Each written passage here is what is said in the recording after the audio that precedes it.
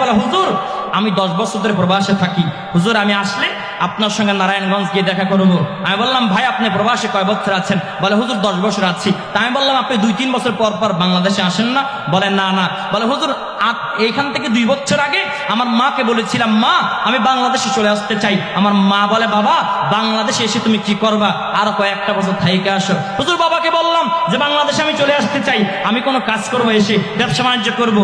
বাবা বলে, ঘরে কাজটা ধরেছি মাত্র, কাজটা শেষ হোক বাবা তারপর তুমি আসিও। বউকে বললাম, ওগো আমার স্ত্রী আমি বাংলাদেশে চলে আসতে চাই।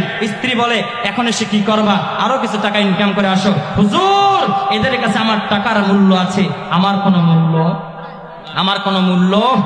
প্রবাসীর কষ্ট আল্লাহ ছাড়া কেউ বুঝে না, মা বুঝে না, বাবা বুঝে না, ভাই বুঝে না, বোন বুঝে না, বউ বুঝে না, কেউ বুঝে না, কেউ বুঝে না, একমাত্র আল্লাহ বুঝে।